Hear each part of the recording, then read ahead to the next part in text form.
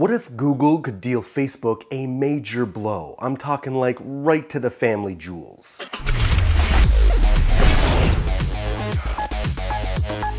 You see, it comes down to APIs, and for you noobs up there, API stands for Application Program Interface. Suffice it to say, it's a fancy word for being a middleman between various programs. They allow programs to interact, communicate, and share data. And they're everywhere, and they're absolutely crucial to our digital world. You see, every time you view Google Maps information on your Facebook app, the app must make an API call through to Google's servers. Every time you've received a Facebook notification on your phone, if you're an Android user, Google must handle the API call. This costs Google money. So far, they haven't been charging developers for it, but they certainly could. Now, this amount would be minuscule for small app developers, especially for apps that don't reach for Google services like Google Maps. But for Facebook, the bottom line would be absolutely staggering.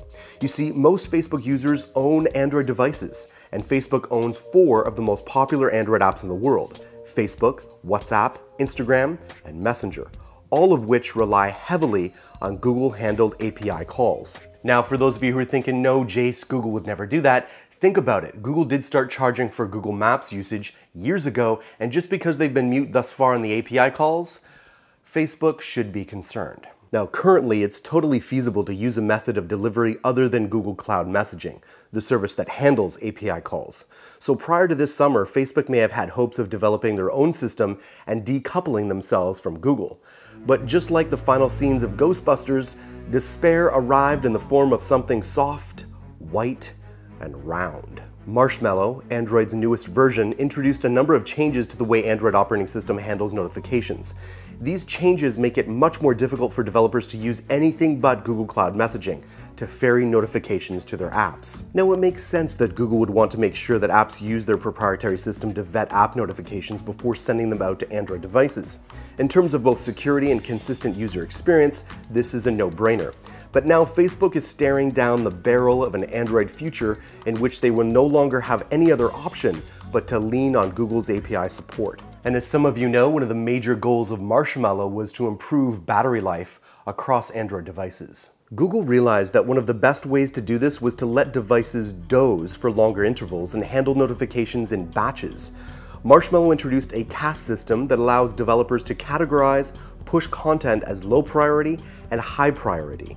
Low priority notifications get bundled up by Google Cloud Messaging and sent to devices over intervals. High priority notifications that may require immediate action, like Facebook notifications, are sent right away, waking up the device. Notifications increase engagement with an app. By creating this division, Google is essentially encouraging developers to make every notification a high priority notification. If developers do this, then this battery-saving method will be a bust. To salvage it, Google may start trying to decide themselves what notifications constitute the high priority label. Now, you can see how that might be a major issue for Facebook. They don't want Mother Google deciding when and how you get your notifications. That's how Facebook makes their money, bringing you back to the app. Now, you might be thinking, Jace, Facebook is a multi-billion-dollar business. They have the money and developers to make their own and not rely on Google.